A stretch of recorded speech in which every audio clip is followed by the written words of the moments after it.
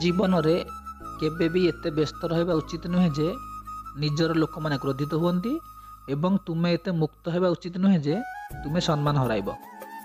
आजिर समय रे जदि आपण काहाठारु अधिक आशा करती तेबे आपणकर हृदय अधिक कष्ट पाइब। सेमाने जानी नाहंती केते गुड़िए अकुहा कथा सेमाने सांगरे नहीं जिवे। लोक माने मिछ कहती जे सेमाने खाली हाथ रे आसी खाली हाथ रे जिवे। प्रकृत प्रेमी माने उल्लेख करती नहीं किंतु बहुत जत्न नियंती। तुमर जीवन शैली को परिवर्तन कर एवं तुम विषय रे चिंता करुनथिबा व्यक्तिंक पई कांदिबा बंद कर। एही दुनिया अत्यंत अद्भुत। लोक माने प्रेम विषय रे बहुत कथबार्ता करती किंतु सर्वदा निज उद्देश्य अनुଯାयी कार्य करती। काहाकू तुमे सेतिकी सम्मान दियो जेतिकी से तुमको दियंती। अत्यधिक सम्मान देबा तुमर जीवन को नष्ट करदेव। जीवन रे एक साथी बाछंतु जी आपणक शब्द पूर्वर तुमर नीरवता को बुझंती। कहार मथारे भरिथिबा सिंदूर तांको हृदय थिबा शून्यता को दूर करि परिबो नाही। सेही व्यक्ति तुमर मूल्य केबे भी बुझिबो नाही जहा पाई तुमे सर्वदा उपस्थित रहिबो। तुमर संपर्क को दुनिया रु बंचेकी रख। मु सुंदर संपर्क लोप पाइबार देखिछि।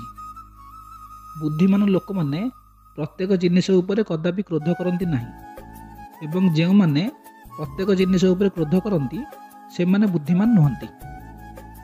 लोकंक हाँ रे हाँ कहिबार अभ्यास मोर नाही। सेथिपाई मु लोक मानक विष भली लागिथाए। जेतेबेले केही कहती जे तुमे मो पाई तुमर जत्न नेबा उचित यह केते सुंदर लगे। मु एकुटिया रहिबार गोटे कारण हेउछि जे मु मिथ्यावादी मानक सहित संपर्क भांगिबा को भय करे नहीं। जी बुझे एवं बुझाई थाए एही दुनिया रे सेही संपर्क ठारू अधिक मूल्यवान अन्य कौन संपर्क नहीं। दुनियार सबुठारू शक्तिशाली व्यक्ति हेउछंती जी निज उपरे नियंत्रण रखिछंती। लक्ष लक्ष लोक मिलिबे जे माने शरीर को स्पर्श करिवे किंतु केवल हृदय को स्पर्श करथिबा व्यक्ति ही प्रकृत प्रेम होइथाए। लोक माने कहंती जे मु आजिकाली बहुत हसुची किंतु सेमाने किपरि जानिबे जे मो हृदय रे केते जंत्रणा लुचाई रखिछि। तुम सह रहिबाकू चाहुथिबा व्यक्ति एक कारण खोजे एवं दूरेइबाकू चाहुथिबा व्यक्ति एक बहाना खोजे। संपर्क दुनिया रे आमे टिके निर्बोध थिलु। लोक माने आम सहित खेलुथिले एवं आमे संपर्क बजाय रखिथिलु। जणे व्यक्ति को हराइबार भय हेतु मु अनेक थर मोर आत्मसम्मान हराइछि। एहाकू हराइबा परे ही तुमे बुझी परिबो जे सेही समय सेही संपर्क एवं सेही व्यक्ति केते मूल्यवान थिला। जीवन रे एपरि एक समय आसे जेतेबेले समस्त इच्छा हृदय लोप पाई जाए। सबु बेले खराब कार्य द्वारा जंत्रणा हुए नहीं। बेले बेले बहुत भल हेतु मूल्य देबाकू पड़े। जहार दोष रे थाउ ना काहेकि निरीहंक आखिरु प्रेम रे लुह सब बेले प्रवाहित हुए।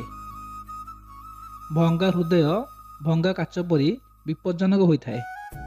तापरे से काहा उपरे विश्वास करती नहीं किंबा काहाठारु प्रेम आशा करती नहीं। प्रत्येक संपर्क एक सीमा थाए। जदि ताहा अतिक्रम हुए तेबे संपर्कर गुरुत्व नष्ट हुए। भावना रे भासी जाई तुमर दुर्बलता विषय रे काहाकू कहिबा यह सबुठारु बड़ मूर्खता। कष्ट ताकू कहा जाए जेतेबेले हृदय रे अनेक कथा कहिबाकू थाए किंतु जीव चुप रही थाए एवं यह बुझीबाकू केही नथांती। बंधुगण, आशा करे आपनकू एही विचाररू किछि शिखिबाकू मिली थाई पारे। जेउ वार्ता आपनकू भल लागि थाए ताकू कमेंट बॉक्स रे लिखि जणाइबाकू अनुरोध। दयाकरी चैनल को सब्सक्राइब करंतु एवं एही भली नुआ नुआ वीडियोर नोटिफिकेशन पाइबा पई पाखरे थिबा बेल आइकन को प्रेस करने को भूलंतु नहीं।